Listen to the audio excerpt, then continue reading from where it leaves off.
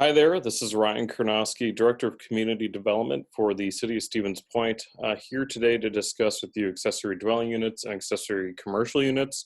This is a presentation and together some additional feedback from residents and whomever chooses to watch this video, just pertaining to those two very specific items. As some folks might recall, there's been a fair amount of misinformation and confusion about what the proposed accessory dwelling unit, accessory commercial unit ordinance is. And so this is here to address some of those concerns and see if there's anything else that we can do to better the actual ordinance itself before it goes back to the Common Council and Plan Commission for possible formal adoption.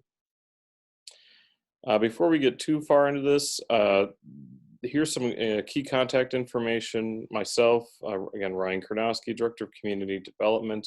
I've also included Adam Kuhn, who is the city's Associate Planner and Zoning Administrator. Either one of us you can reach out to, express your concerns or your ideas with us. More than happy to listen to any of those as well. Again, there's our contact information. Please, at the end of this presentation, if you feel so compelled to reach out, please do so. So what exactly is going on here? The photo on the left-hand side, you might recall, was kind of popping up throughout the city of Stevens Point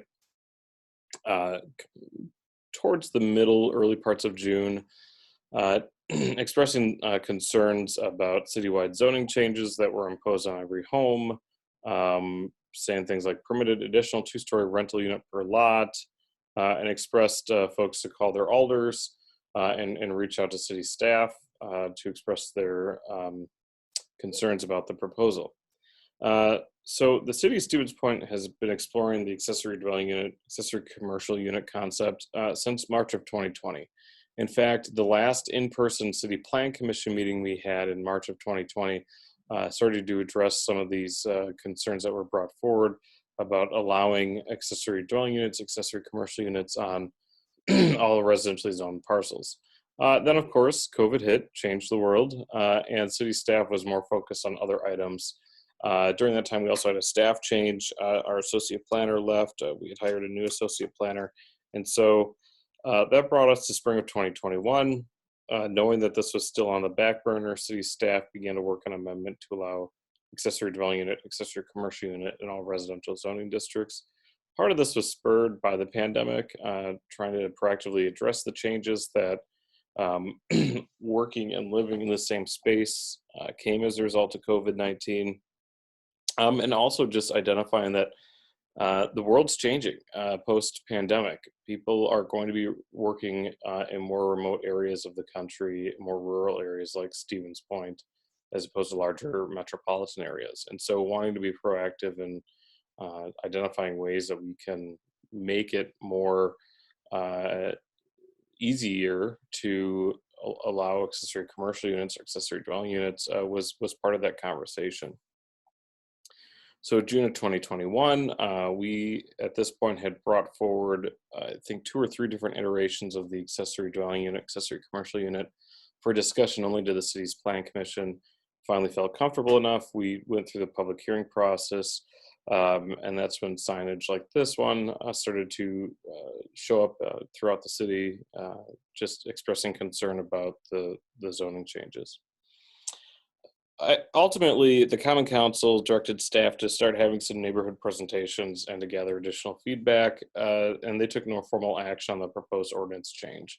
This is what this video is trying to address today, is just providing additional information on the proposed ordinance. We have a few neighborhood meetings scheduled. I would reach out to your alderperson if you have some questions on when your specific district will be having their accessory dwelling unit and accessory commercial unit meetings as well. So what are ADUs and ACUs? Accessory dwelling unit, ADU, they're smaller, detached or attached secondary residences on the same lot as an existing home and is independently habitable. Accessory commercial units are small, detached or attached commercial units that is accessory to the principal residential use on the site.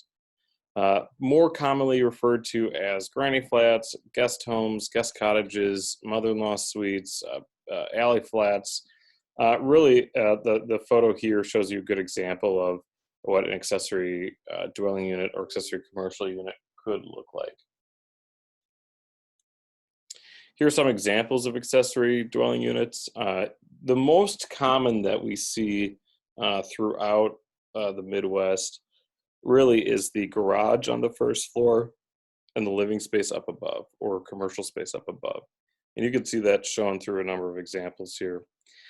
We do see, this is more trendy right now, especially with she sheds as an example, where you have a smaller accessory structure on the lot that is not attached to a garage. These are more commonly seen in other parts of the U.S., but could be under the proposed ordinance constructed as well.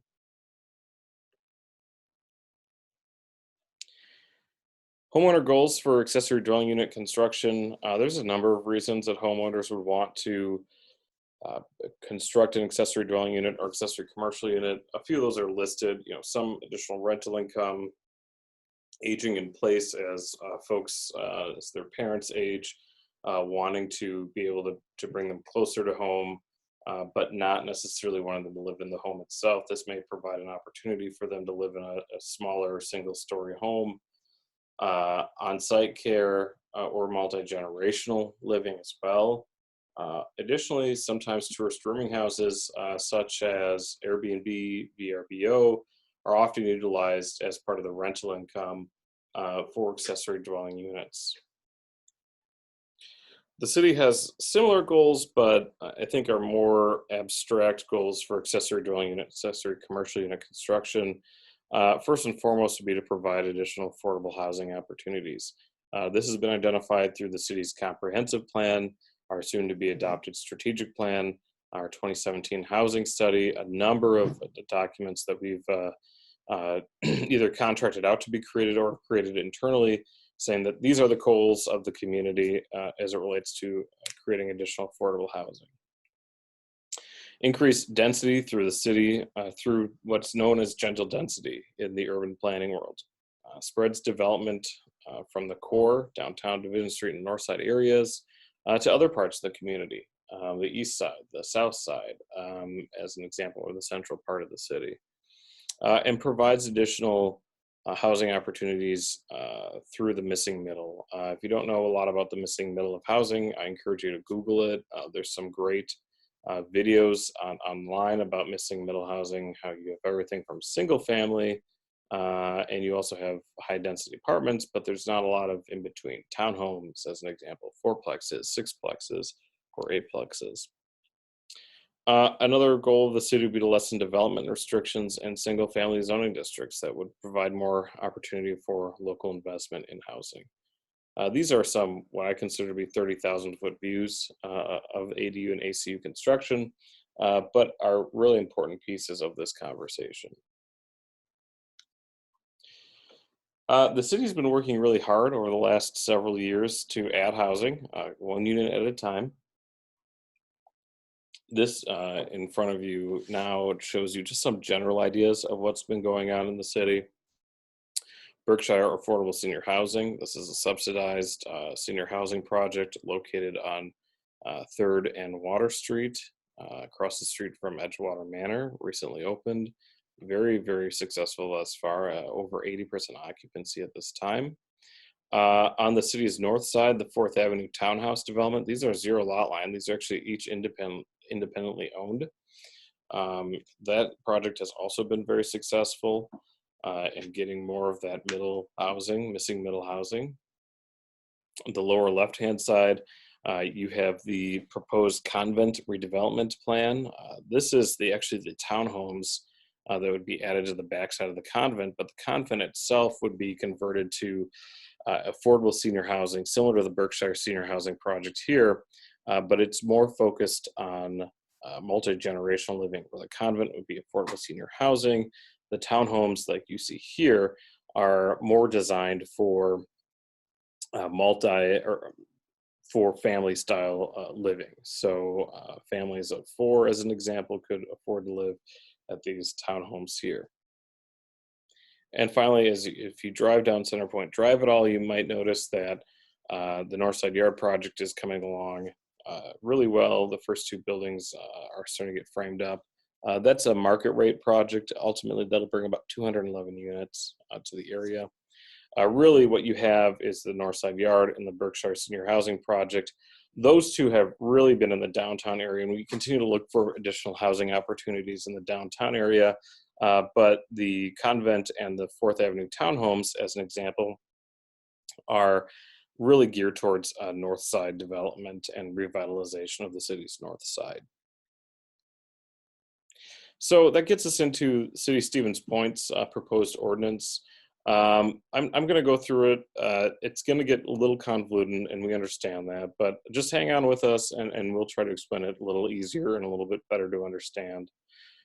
So as the city looks to allow accessory dwelling units and accessory commercial units, we had decided internally as staff that allowing only detached accessory dwelling unit, accessory commercial units made the most sense. If you did an attached accessory dwelling unit, the home really becomes a duplex, and that's something we wanted to avoid. We thought having separate, independent facilities made the most sense. So only allowed detached ADUs and ACUs. Another really interesting piece of our ordinance was that the owner of the property must reside in the primary residential structure. This would prevent someone from constructing an accessory dwelling unit and then selling the home as a double rental, as an example. So the owner of the property must reside in the primary residential structure. Additionally, the city would require that a deed restriction is put on the property. Deed restrictions stay with the property, so it means if I were to sell my home, the next owner would be aware via title policies that in order for them to utilize that accessory dwelling unit, they would have to reside at the property as their primary residence. Accessory dwelling units and accessory commercial units are a permitted use under the proposed ordinance, meaning that if someone came in with plans, they would receive a building permit. They would not have to go through any additional meetings, public hearings. Sometimes we could consider changing this to a conditional use permit. Conditional use permits are really unique uses in a specific zoning district. They require a number of standards to be met before a permit could be issued. One of those standards includes having a public hearing, notifying the surrounding property owners, and making a recommendation through the Plan Commission to the City Council. Under the proposed ordinance, accessory dwelling units and accessory commercial units were permitted use, meaning that that did not have to happen. You could come in with your building plans as long as it met building code. You could receive a building permit shortly thereafter and begin construction. Accessory dwelling units, accessory commercial units were also only allowed on a lot that met the minimum lot size requirements for a single family dwelling in the appropriate zoning district. A lot of the homes in the city are zoned R3, but we do have a number of R2, R1, RLD. So those kind of explain to you the minimum lot sizes that are required if the ordinance would be passed as presented. Our LDs, minimum 1 acre size. We don't have a lot of RLDs. That's more unsewered areas of the city, unsewered, unwatered areas. So those properties are mainly serviced by well and septic. R1, which is our single family residential zoning district, would require 16,500 square feet. These are homes that are typically out on the east side of town near the Fleet Farm area. We do have some R1 south of US 10 and west of Burlowski. R2 is where you see homes that are more similar in lot size to the Gerke Park neighborhoods. Also in a city park, for those who've been around for a bit, that general area. R3 is very common in the city's core, the triangle below Clark, or the north of Belts neighborhood, the Knob, and anything really between Division Street and Michigan Avenue as an example. So you'd have to have a minimum of those square footages in order to be allowed to have an accessory dwelling unit or accessory commercial unit on your lot. In the event that, let's say, your lot is zoned R2, but your lot size is 7,500 square feet, city staff would say, I'm sorry, per the zoning code, you would not be able to construct your accessory dwelling unit, accessory commercial unit, because of the lot size minimum requirements. Another thing to be addressed was the total impervious surface could not exceed 75% of lot coverage. So impervious surface, things like buildings, driveways, sidewalks, fire pit areas, anywhere where the water is unable to infiltrate into the ground, you could not exceed 75% of total lot coverage. That remaining 25% should be utilized for some stormwater management and to provide additional green space on the property as well. So as an example, let's say you had a property that was zoned R3, 5,000 square feet, and you had an existing 80% impervious surface, which we do in the city. City staff would not issue a accessory dwelling unit permit because of that. Now, let's say you were at 65% and your proposed accessory dwelling unit exceeded that 75% impervious surface ratios, which staff would calculate internally. We would also not issue a permit for something like that. There are some size limitations for accessory dwelling units as well. The maximum size for one would be 900 square feet. There's really no minimum size requirements, but the Universal Dwelling Code does have minimum sizes. Typically, it starts about 300 square feet. Think about the cottage and tiny home phenomenon that's seeming to be waning in terms of trendiness, but that's something to consider as well. Accessory dwelling units, accessory commercial units does not count against the city's existing 900 square foot maximum for accessory structures like a detached garage or shed. So if you wanted a 900 square foot detached garage and you wanted to add a 900 square foot accessory dwelling unit above it, that would be permitted. Now, there are some additional zoning regulations saying that all outbuildings total cannot exceed 900 square feet in size. So if you had a garden shed, that would count against the 900 square feet. And so really what we're trying to create here is keeping the physical footprint of the accessory dwelling units, accessory commercial units, if they're attached to garage, similar to what we have existing. They also cannot exceed 20 feet in height. That's something that we've looked at, which would allow for a taller first and second floor. There are some requirements within the UDC for ceiling height restrictions to make it a habitable area. Allowing that 20-foot height limitation, you are allowing more space that could be used for dwelling space. And then consistent with the city's parking ordinance, that there would have to be at least one area or one parking area allowed. I think one of the questions that we had received previously during a neighborhood meeting was, would this require a separate driveway? And the answer is we would not require it. If it was along an alleyway, a property owner might want to, design the detached structure so that maybe there is a parking space off of the alleyway.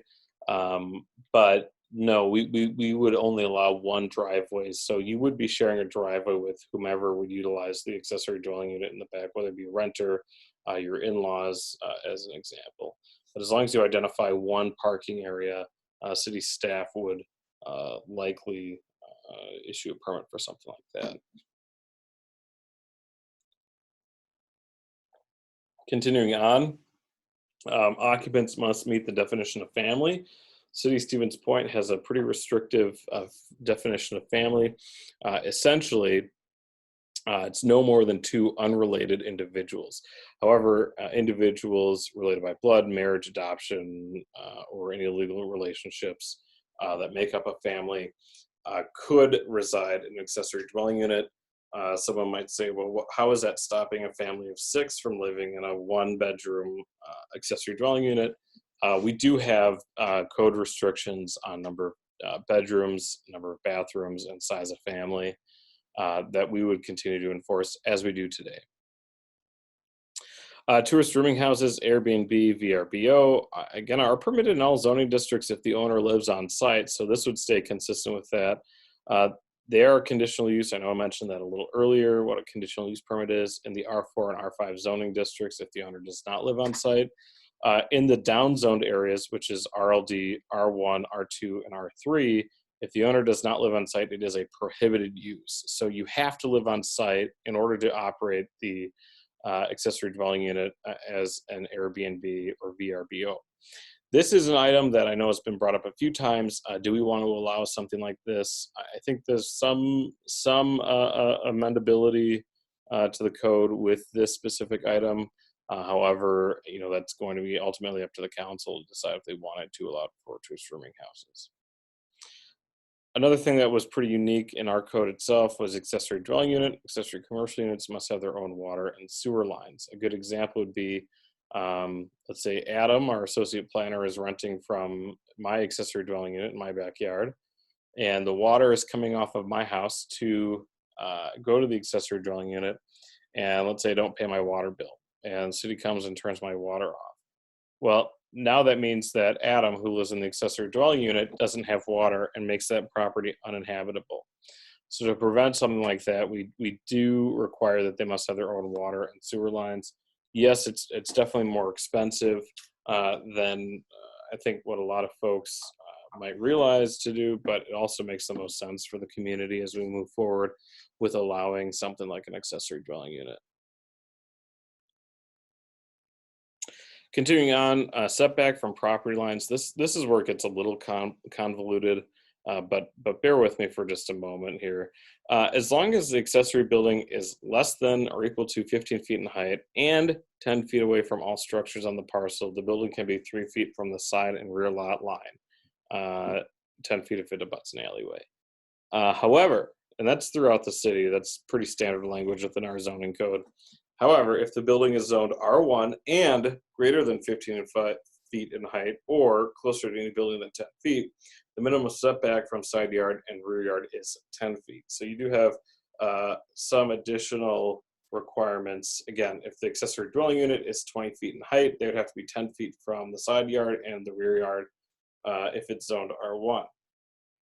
Now, if it's zoned R2, R3, R4, or R5, and it's greater than 15 feet in height or closer to any building on the lot than 10 feet, the minimum setback must be that of the principal structure. So between 7.5 and 10 feet on side yard or 15 to 30 feet per rear yard.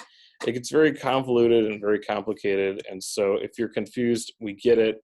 Zoning regulations are confusing, they're convoluted, and they're at times seemingly unnecessary.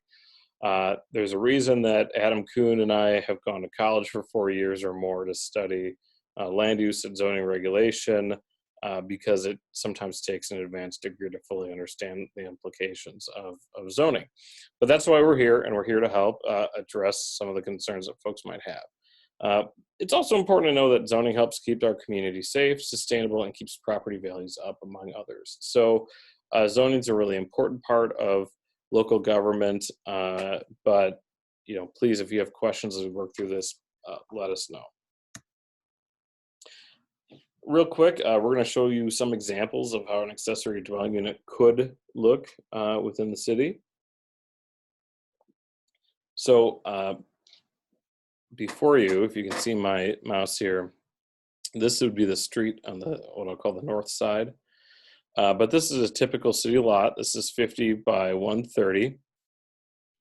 So it's about 6,500 square feet. It is zoned R3, which, if you recall, requires a minimum of 5,000 square feet. And so they do meet the minimum lot size requirements. The house is a 1575 square foot footprint. That's the impervious surface. The driveway, including this area, has a 1770 square foot impervious surface. Here's the sidewalk, which is about 78 square feet. And this property owner proposes a 2-story accessory dwelling unit that is less than 15 feet in height. It's a 640 square feet. It's 20 feet by 32 feet. If you can see this blue line here, that's the 10-foot building setback requirement. So this accessory dwelling unit is definitely outside of that. It's less than 15 feet in height, so they are allowed to have the 3-foot separation from the rear and side lot lines. And they do fall under that 75% impervious surface ratio requirement at 62.5%. So if someone came in with this idea and this consistency within the zoning code, city staff would issue the permit. So this is just an example again of what an accessory dwelling unit could look like. This one would have a garage underneath, accessory dwelling unit above that. So just something to think about.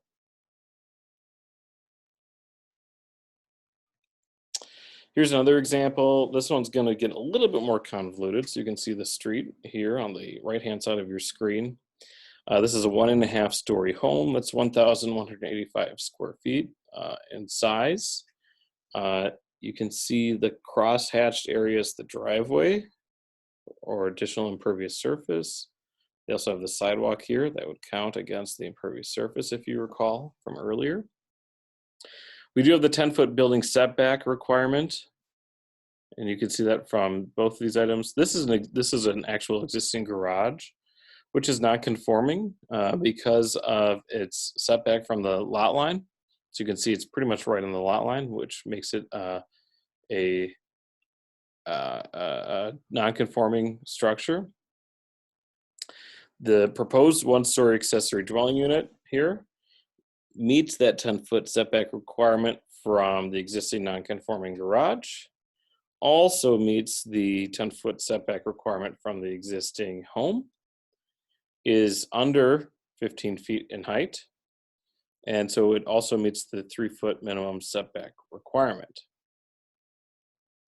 Now, taking into consideration the impervious surfaces of this lot, we can see that they are under that 75% requirement, not by much, roughly 300 and some square feet. So you could see their total right now is 3,424 square feet. 75% of 5,000 is 3,750 square feet. Sorry. And so we would consider this a conforming application, and we would issue a building permit right away. So this is a 50 by 100-foot lot. This does meet the minimum lot size within the R3 zoning district, which is 5,000 square feet. I was going to do one showing the larger square footage requirements, but I thought that showing the minimum sizes that you could have made a lot more sense to folks than looking at a size of the lot that's, an acre as an example.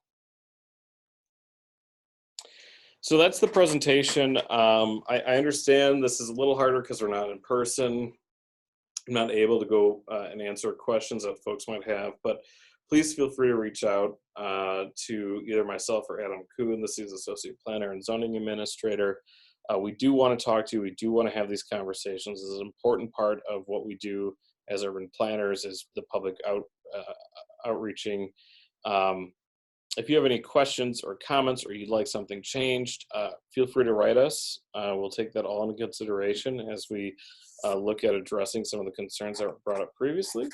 But other than that, thank you so much for your time today. Hopefully this answers some of your questions, and if not, please feel free to reach out. Thank you, and have a great day.